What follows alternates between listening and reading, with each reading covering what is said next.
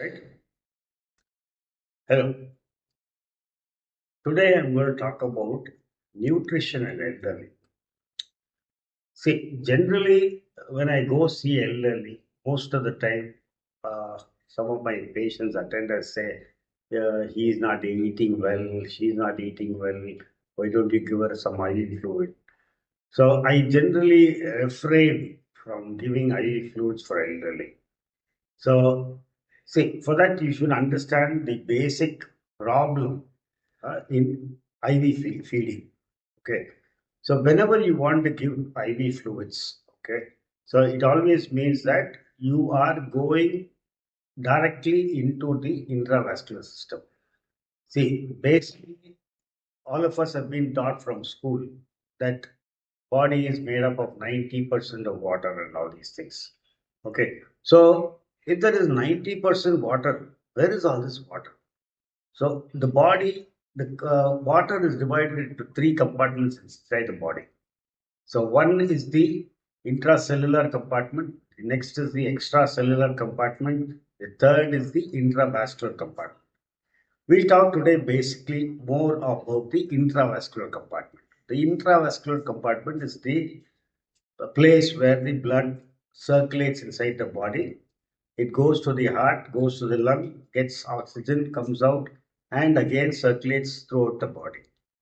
So, this compartment is only about 3.5 to 4.5 liters of water. Okay. So when I am planning to give something IV, I am directly giving it into the intravascular compartment.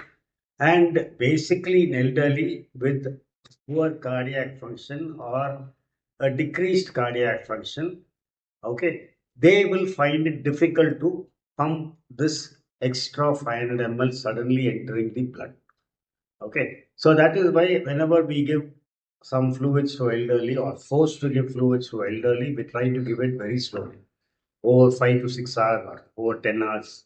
Okay, so that is why I prefer always enteral feeding or feeding through the mouth. Okay, even if it is in small frequent intervals of every 2 hours, give them at least around uh, some 100 to 200 ml.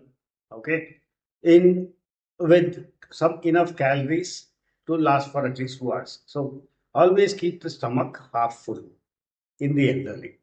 Okay, so if that is not possible orally, then we would prefer to go in for a rice tube feeding or a PEG feeding.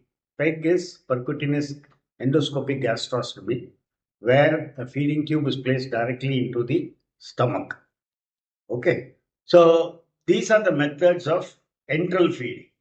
Okay, so I would prefer to do this rather than go for IV fluids or TPN. Okay.